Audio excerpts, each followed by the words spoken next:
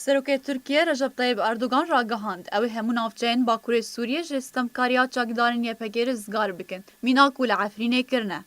Di kongrekî de ahinga derçûna efserenan li Enqereya paytexta Tirkiye, Erdogan got ku çekdarên YPG'yên bi ser PYD ve ku niha xendekan li derdora Minbicê dikolin gorên xwe amade dikin û got diyar e ku YPG gelek karî ji wan re nahêle.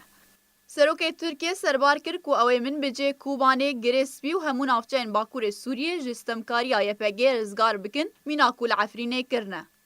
Beriya çend rojan Wezîrê Derve Tirkiye Mewlûd Cavuşoglu jî di Kongrekî Rojnamevanî de ji Amerîkiyan re got yan hûn bi xwe Minbicê ji PYD paqij bikin yan jî em ê wêyekê pêk bînin.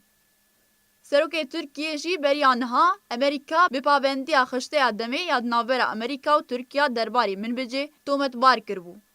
Di daxuyaniyên Serokê Tirkiye derbarê Minbicê û navçeyên din yên Bakurê Sûriyê an ku Rojavayê Kurdistanê hevdemî wêyekê tên ku rejîma Esed jî gefê êrîşan li ser Rojhilatê Çemê Firatê ji bo vegerandinan desthilata xwe li ser wê navçeyê dixwe.